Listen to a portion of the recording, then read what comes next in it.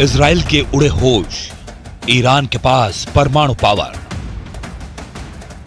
भले ही Hamas chief Haniyeh को मारकर इजराइल ने हमास की कमर तोड़ दी हो, भले ही हिजबुल्लाह के टॉप कमांडर फऊद शुकर को मारकर इजराइल ने अपनी लड़ाकू क्षमता साबित कर दी हो, लेकिन अब इजराइल का पाला ईरान से पड़ा है, जिसने इस बार ईरान पर ऐसा पलटवार करने का वॉर प्लान तैयार किया है कि इजराइल और अमेरिका के होश फाख्ता हो गए हैं। इजरायली मीडिया में दावा किया गया है कि रूस के राष्ट्रपति पुतिन ईरान के साथ चट्टान बनकर खड़े हो गए हैं और पुतिन ने ईरान को जंग करने के लिए परमाणु क्षमता वाली मिसाइलें भेज दी हैं। खबर है कि रूस ने अपने लड़ाकू परिवहन विमान से दर्जनों परमाणु क्षमता वाली मिसाइलें तेहरान पहुंचा दी हैं।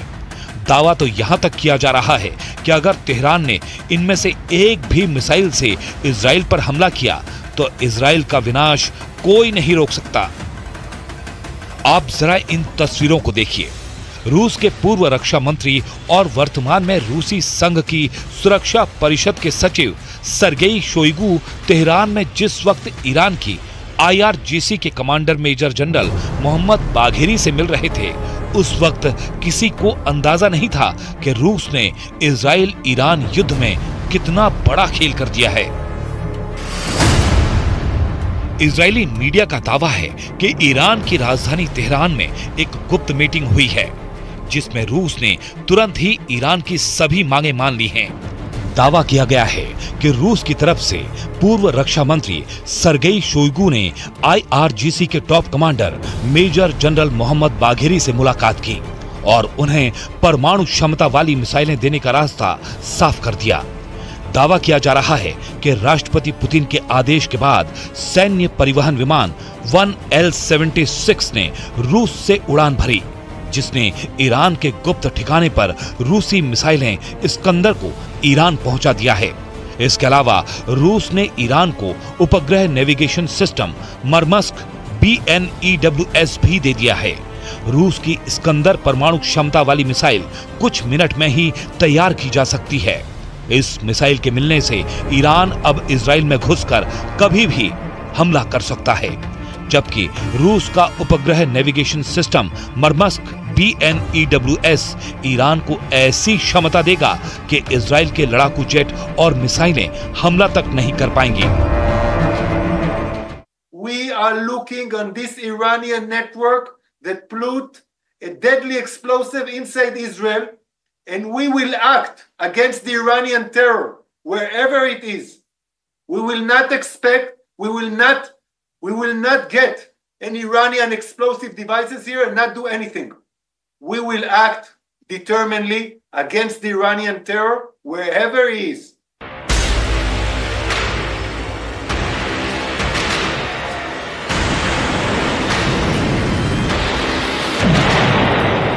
अब सवाल उठता है कि रूस ने इतना बड़ा जोखिम लेकर ईरान को परमाणु क्षमता वाली मिसाइलें क्यों दे दी?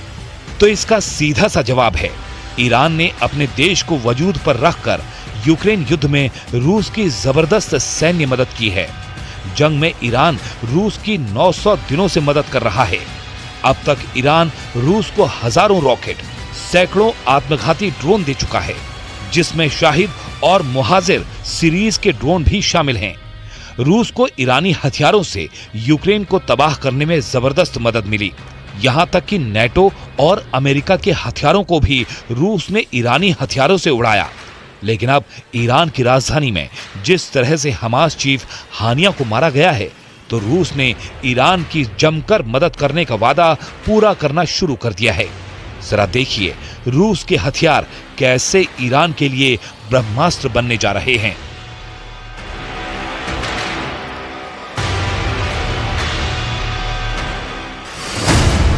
इजराइल के उड़े होश, ईरान के पास परमाणु पावर।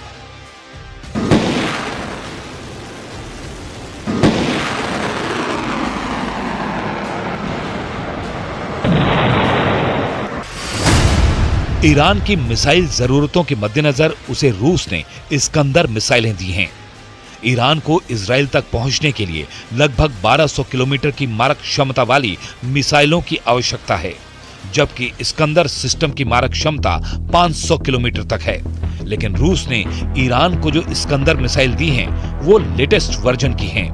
इजरायली मीडिया के मुताबिक रूस ने ईरान को 1500 किलोमीटर तक हमला करने वाली R-500 क्रूज मिसाइलों के साथ इस्कंदर के सिस्टम दिया है, जो ईरान को जबरदस्त मिसाइल पावर दे रहा है। इस्कंदर के लंबी दूरी तक मार करने वाली परमाणु क्षमता वाली मिसाइल है। इसके अलावा रूस का मरमस्क BN सिस्टम ईरान को दिया गया है।